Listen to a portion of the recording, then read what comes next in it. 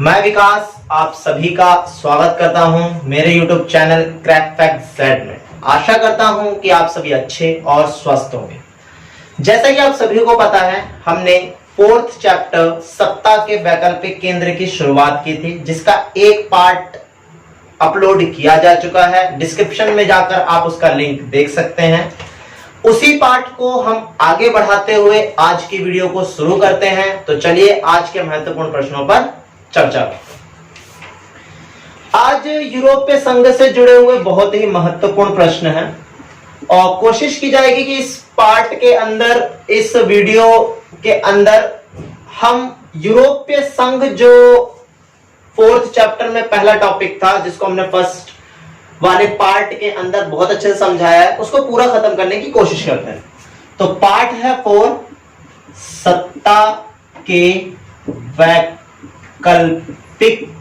केंद्र, और हम अध्ययन कर रहे थे यूरोपीय संघ। इसकी हमने स्थापना पढ़ ली है। किसकी स्थापना? फरवरी 1992 में मास्ट्रिक्ट संधि के जरिए की गई। इसके बारे में अगर आपको पढ़ना है तो आप हमारी पिछली जो वीडियो इस चैप्टर की पहला जो पार्ट है उसको आप पढ़ सकते हैं और उसको देखकर भी समझ सकते हैं। तो अब हमने स्थापना तो कर दी, अब इसके आगे भी और जो महत्वपूर्ण प्रश्न है, उसमें पहला जो महत्वपूर्ण प्रश्न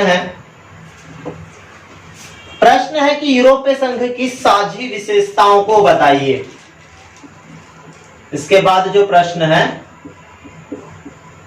यूरोपीय संघ की साझी विशेषताओं को बताइए। विशेषताओं को बताइए। तो पहले हम समझते हैं कि यह साझी विशेषता क्या है। साझी मतलब होता है एक समान। साझी मतलब एक समान, अर्थात हमें इसमें प्रश्न में सिर्फ एक ही बात समझनी है कि जो यूरोपीय संघ है आज 27 देशों का समूह है। तो ये जो 27 देशों का समूह है, इसमें कुछ ना कुछ साझी विशेषताएं, मतलब इन 27 के 27 देशों में कुछ ऐसी विशेषताएं हैं जो एक समान है, मतलब जो सभी में एक बराबर दिखाई देती हैं। तो वो कौन कौन सी विशेषताएं? ये एक समान विशेषताएं हैं चार विशेषताएं कौन कौन सी है? पहली, एक ही झंडा, ठीक है। दूसरा, एक ही मुद्रा। तीसरा, एक ही स्थापना दिवस। और चौथा, एक ही राष्ट्रगान। ये चार हैं। चार इसकी साझी विशेषता है। एक ही झंडे में क्या है कि भाई यूरोपीय संघ के सारे देशों ने मिलकर एक झंडा डिसाइड किया जो स्क्वायर टाइप का है, जिसका बैकग्राउंड नीला है। ध्यान रखना, जिसका बैकग्राउंड नीला है और इसके ऊपर 12 सितारे बने हुए ऐसे ऐसे करके,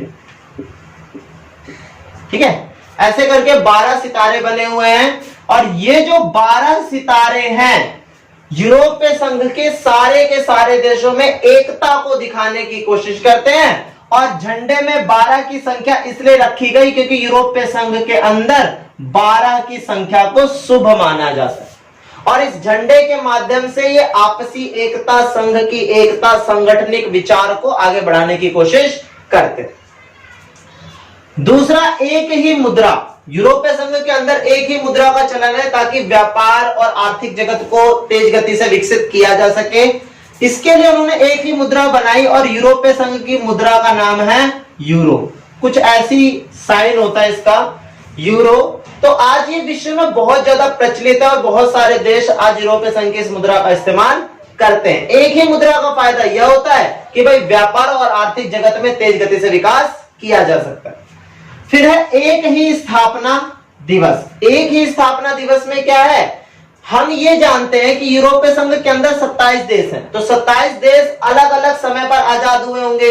कोई 1700 में आजाद हुआ होगा, कोई 1800 में आजाद हुआ होगा, कोई 1900 में, कोई 1930 में, कोई 40 में, कोई 1730 में, कोई 1740 में। तो ये सारे के सारे देशों ने ये कहा कि भले ही हम इतिहास में कभी भी आजाद हुए हों, पर अब हम यूरोपीय संघ की स्थापना को ही अपनी स्थापना मानेंगे और यूरोपीय संघ की स्थापना को ही अपना दिवस के रूप में सेलिब्रेट करेंगे। इससे यह पता चलता है कि यूरोपीय संघ इतिहास में भले ही यूरोपीय संघ के देश भले ही इतिहास में कभी भी आजाद हुए हो, पर यूरोपीय संघ की स्थापना से एक बात साफ होगी कि सबने यह माना कि हम सब एक साथ आजाद हुए। फिर है एक ही राष्ट्रगान। हर एक राष्ट्र का अपना एक गान है, 27 राष्ट्र है, अपना अपना एक राष्ट्रगान है सभी देशों का, पर इन्होंने संघ की भावना को भी मजबूत रखने के लिए और राष्ट्र की भावना को भी मजबूत रखने के लिए राष्ट्र के पास भी अपना अपना राष्ट्रगान है और संघ के लिए एक गान है, ताकि जब संघ की मीटिंग हो तो संघ में एक गान बजे और वो सभी देशों की राष्ट्रहित, उनकी भावना, आपसी सहयोग, मेल मिलाप, एकता को प्रदर्शित करता है। इस तरीके से यूरोपीय संघ की ये 4 विशेषताएं थी जो आपको मैंने अच्छे से समझाया है। आप कॉपीज पे ये नोट डाउन कर लेना जैसे जैसे मैंने बोला। अब अगले प्रश्न पर चर्चा करते हैं। तो अगला प्रश्न आप लिख लीजिएगा कॉपी में कि यूरोपीय संघ किस प्रकार से अमेरिका को आर्थिक रूप से चुनौती देता है। प्रश्न क्या है? प्रश्न है आपका यूरोपीय संघ अमेरिकी वर्चस्व को आर्थिक रूप से कैसे चुनौती दे सकता है। मतलब क्या है?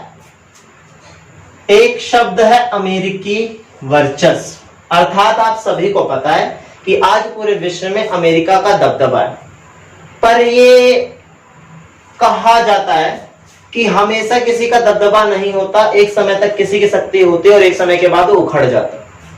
तो ऐसा ही कहा जा रहा है कि अमेरिका का वर्चस्व भी धीरे धीरे खत्म हो जाएगा। तो हम पढ़ क्या रहे हैं? यूरोपीय संघ। तो प्रश्न भी ये बन गया कि यूरोपीय संघ अमेरिका के दबदबे को, वर्चस्व को कहते हैं दबदबे को, दबदबा। तो प्रश्न ये बना कि यूरोपीय संघ अमेरिकी दबदबे को आर्थिक रूप से कैसे चुनौती देता है, क्योंकि हमें पता है कि आज पूरे विश्व में अमेरिका का आर्थिक दबदबा भी है। तो कैसे चुनौती दे रहा है? तो इसको आप बिंदुओं में लिखोगे, पॉइंट्स में लिखोगे। पहला बनाओगे अर्थव्यवस्था के स्तर से, अर्थव्यवस्था के स्तर से। क्या हुआ? 2005 में यूरोपीय संघ की अर्थव्यवस्था 12,000 अरब डॉलर, कितने? 12,000 अरब डॉलर को भी पार कर गई, जो अमेरिका की अर्थव्यवस्था से थोड़ा ज्यादा ही थी। इस आधार पे कहा गया कि अगर ऐसे ही यूरोपीय संघ का विकास होता चला गया तो हो सकता है कि आने वाले समय में यूरोपीय संघ की जो अर्थव्यवस्था है वो अमेरिका की अर्थव्यवस्था को भी चुनौती देगी। साथ ही साथ 2016 के आंकड़ों के अनुसार आज यूरोपीय संघ की अर्थव्यवस्था हो गई है 17,000 अरब डॉलर। तो इसका अर्थ यह है कि यूरोपीय संघ निरंतर अपना विकास करता जा रहा है और अगर ऐसे ही उसका विकास चलता रहा तो धीरे धीरे इसकी अर्थव्यवस्था इतनी बड़ी होगी जो अमेरिका से भी आगे निकल जाए। दूसरा पॉइंट बनाओगे मुद्रा के स्तर से।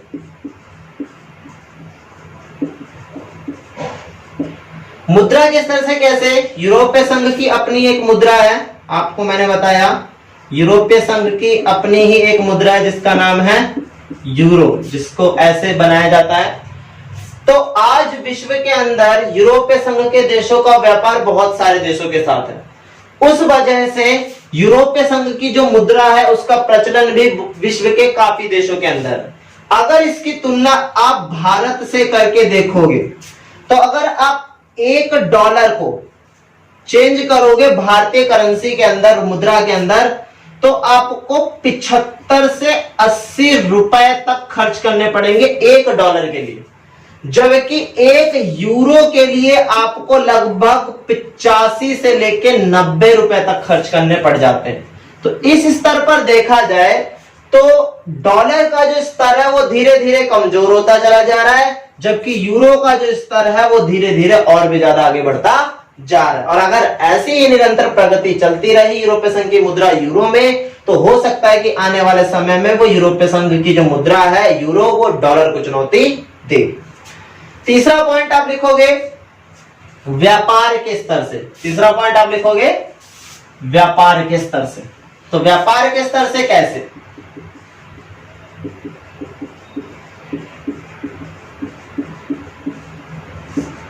व्यापार के स्तर से कैसे? ऐसा कहा जाता है कि यूरोपीय संघ अमेरिका, चीन से भी ज्यादा, मतलब 3 गुना व्यापार करता है। यूरोपीय संघ अमेरिका और चीन से भी कितना ज्यादा व्यापार करता है? 3 गुना। इसी कारण जब भी कभी व्यापारिक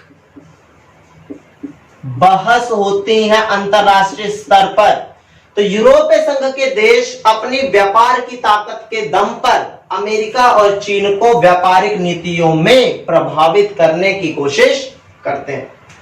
चौथा पॉइंट आप लिखोगे अंतरराष्ट्रीय आर्थिक संगठनों में भूमिका। अर्थात विश्व में आज जितने भी आर्थिक संगठन है, जैसे IMF, WTO और भी विश्व में जितने भी, एक है विश्व बैंक, वर्ल्ड बैंक, विश्व में जितने भी आर्थिक जगत से जुड़े हुए संगठन हैं, उन सारे के सारे संगठनों में यूरोपीय संघ का कोई ना कोई एक देश यहां पर बैठा हुआ है। किसी किसी संगठन में तो ऐसा भी है 10-10, 12-12 देश हैं। तो जब ऐसे आर्थिक संगठनों के अंदर यूरोपीय संघ का कोई ना कोई देश बैठा ही होगा, तो तब वहां पे जब नीतियां तय होंगी, तब यूरोपीय संघ के देश वहां पे नीतियों को अपने हिसाब से लागू कराने की कोशिश करेंगे, ताकि यूरोपीय संघ को फायदा हो। अर्थात विश्व में जितने भी संगठन हैं, आज उस पे देखा जाता है कि यूरोपीय संघ अपना दबाव बनाने का प्रयास करता है, अपने हिसाब से नीतियों को स्थापित करवाने का प्रयास करता है। इस तरीके से यह भी प्रश्न हो गया। अब हम अगले प्रश्न पर चर्चा करें। तो प्रश्न था कि यूरोपीय संघ अमेरिका के सैन्य वर्चस्व को कैसे चुनौती दे सकता है? तो ये भी उत्तर पॉइंट्स में ही आप लिखोगे। पॉइंट्स में पहला पॉइंट बनाओगे परमाणु संपन्नता। तो यूरोपीय संघ के अंदर एक देश है फ्रांस, जिसके पास आज लगभग 250 परमाणु बमों का जखीरा है।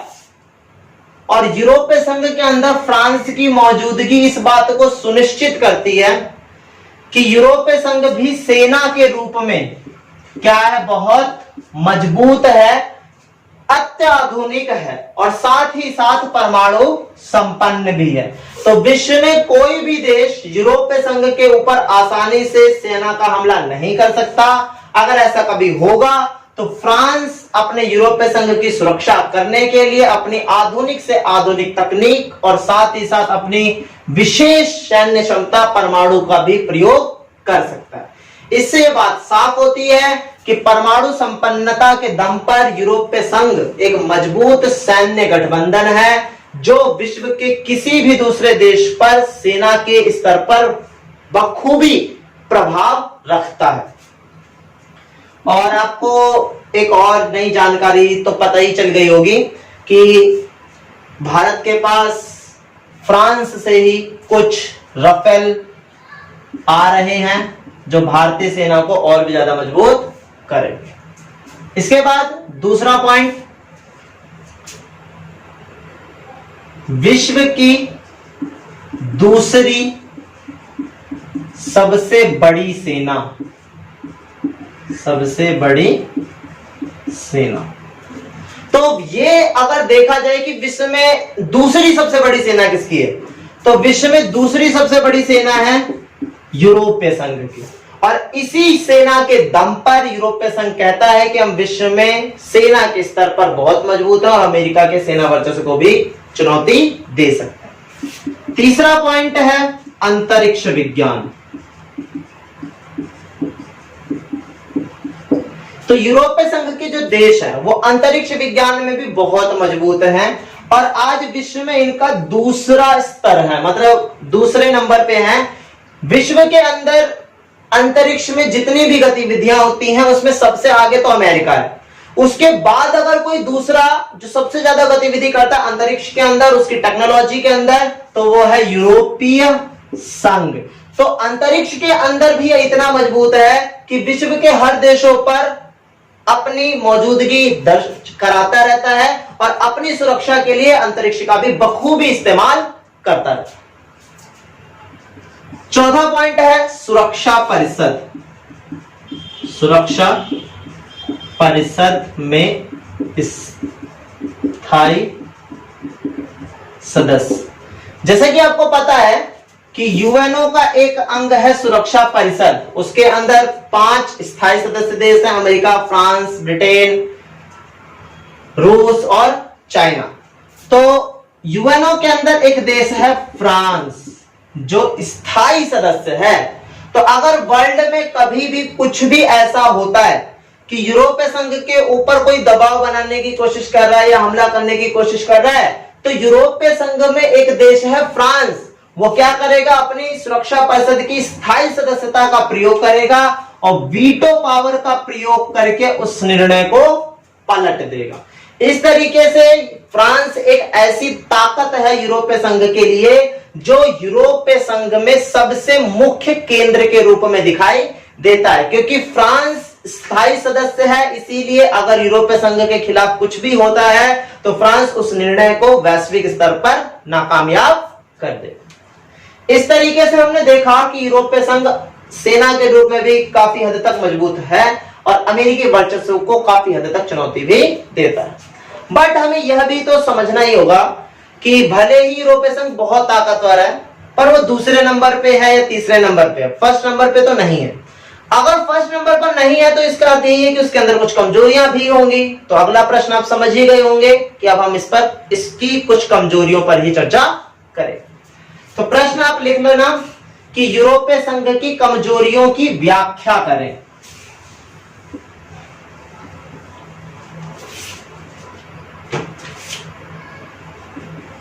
प्रश्न है यूरोपीय संघ की कमजोरियों की व्याख्या कीजिए। तो पहली कमजोरी क्या है, सैन्य एकता में कमी। सैन्य एकता में कमी। दूसरी है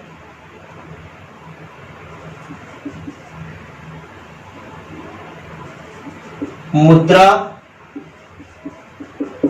व व्यापारिक नीतियों में असहयोग। तीसरा लिखोगे साझे संविधान की कमी।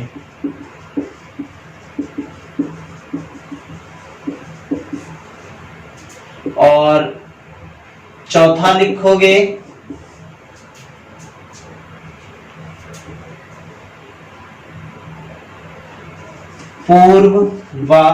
पूर्व के एकीकरण में विभेद। पूर्व के एकीकरण में विभेद।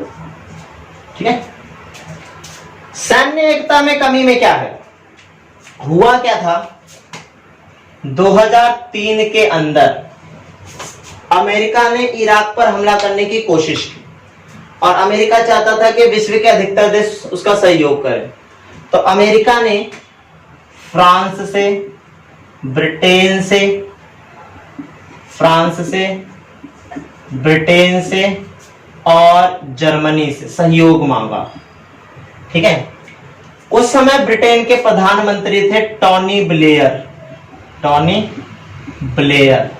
उन्होंने सहयोग देने के लिए हामी भर दी कि हाँ, हम अमेरिका का समर्थन करेंगे, जबकि जर्मनी और फ्रांस ने सीधा मना कर दिया कि हम आपका कोई भी सहयोग नहीं करेंगे। इससे बात साफ हुई कि यूरोपीय संघ का एक देश कहता है कि हम किसी वैश्विक गतिविधि में साथ में जाएंगे, वहीं दूसरी तरफ दो देश मना कर देते हैं। तो इसका अर्थ यह समझ में आता है कि ये सेना को लेकर एक दूसरे के साथ नहीं है। दूसरा है मुद्रा व व्यापारिक नीतियों में कमी। अभी हमने एक प्रश्न पढ़ा था साझी विशेषताओं में मुद्रा। हम कह रहे थे कि यूरोपीय संघ की जो मुद्रा है वो सभी देशों में इस्तेमाल होती है, बट ऐसा नहीं भी है। इंग्लैंड एक ऐसा देश है जो यूरोपीय संघ की मुद्रा यूरो का इस्तेमाल ना करते हुए अब यूरो का इस्तेमाल, अब पौंड का इस्तेमाल करता है, पाउंड का। ठीक है, जिसकी मुद्रा का पूरा नाम है पाउंड स्टर्लिंग। साथ ही साथ कई बार यह भी देखा जाता है कि नीदरलैंड साथ ही साथ ये भी देखा जाता है कि नॉर्वे और स्वीडन, ये दो ऐसे देश हैं जिनको ऐसा लगता है कि यूरोपीय संघ की व्यापारिक नीतियों में काफी सारी कमजोरियां हैं। अगर यूरोपीय संघ उन नीतियों को सुधारता नहीं है, व्यापारिक नीतियों में कमजोरी है, अगर यूरोपीय संघ उसको नहीं सुधारता है, तो नॉर्वे और स्वीडन ने कई बार अपने आप को यूरोपीय संघ के व्यापार से ही अलग कर दिया ताकि यूरोपीय संघ हमारी बातों को सुने। इससे भी दिखता है कि काफी सारे देश मुद्रा के स्तर पर और व्यापारिक नीतियों को लेकर असहयोग में होते हैं। फिर है साझे संविधान की कमी। 2003 के अंदर कोशिश की गई कि यूरोपीय संघ के सारे देश मिलकर एक संविधान बनाए, परंतु उनकी ये जो कोशिश थी लगभग नाकामयाब रही, क्योंकि 27 देश एक साथ मिलकर एक संविधान नहीं बना पाए, क्योंकि काफी सारे देशों में काफी सारे विवाद थे जिसको लेकर ये सफल नहीं हुए। इस चीज को आपकी पुस्तक में एक चित्र के माध्यम से दिखाया गया, जिसमें टाइटैनिक का जहाज बनाया गया और उसपे 12 सितारे लगभग लगाए गए हैं। उससे भी आप ये समझ सकते हो कि जिस प्रकार टाइटैनिक विश्व का एक बहुत बड़ा जहाज था, उसी प्रकार यूरोपीय संघ की ये कोशिश भी बहुत बड़ी थी, पर जिस तरीके से टाइटैनिक अपनी यात्रा पर सफल नहीं हो पाया, उसी प्रकार यूरोपीय संघ की यह यात्रा भी सफल नहीं हो पाई। फिर है पूर्व के एकीकरण में विभेद। आपको पता है कि जब 1945 से लेकर 1990 तक क्या चला था, शीत युद्ध चला था, तो उस समय पूरा जो यूरोप था वो दो हिस्सों में बट गया था, पश्चिम में और पूर्व में। परंतु जब सोवियत संघ का विघटन हुआ तो ये जो पूर्व और पश्चिम की स्थिति थी वो खत्म हो गई और एकीकरण की बात आई कि अब यूरोप को एक कर दिया जाएगा, अलग अलग नहीं रखा जाएगा। तो पश्चिम के देशों ने विभेद किया, मतलब ये माना कि पूर्व के देशों को पश्चिम में शामिल नहीं करना चाहिए, क्योंकि पूर्व के देश तो क्या थे, दुश्मन थे। तो पश्चिम के देश ये मानते थे कि दुश्मन देशों को अपने साथ नहीं मिलाना चाहिए। और दूसरी बात ये भी कही कि पश्चिम ने जितना भी विकास कर लिया था, अब पूर्व को वो बिना किसी मेहनत के बड़ी आसानी से मिल जाएगा। तो इसमें भी काफी सारे देश विभेद में थे। कुछ देश मानते थे कि कोई बात नहीं, पूर्व को जोड़ दो, पर बहुत सारे देश मानते थे कि पूर्व को जोड़ना नहीं चाहिए। इस तरीके से 4-5 कमजोरियां हैं जो यूरोपीय संघ को कमजोर करती हैं, और एक मजबूत संगठन के साथ साथ उसको थोड़ा से कमजोर करने के कारण आज विश्व में उसका स्तर थोड़ा सा नीचे है। पर कोशिश की जा रही है यूरोपीय संघ के द्वारा भी कि वो और मजबूत हो, अपनी सारी कमियों को सुधार ले, धीरे धीरे वो इतनी स्थिति मजबूत कर ले कि आने वाले समय में वो वर्चस्व स्थापित कर सके। तो इस तरीके से आज हम अपने वीडियो को अंत करते हैं। तो सभी को नमस्कार।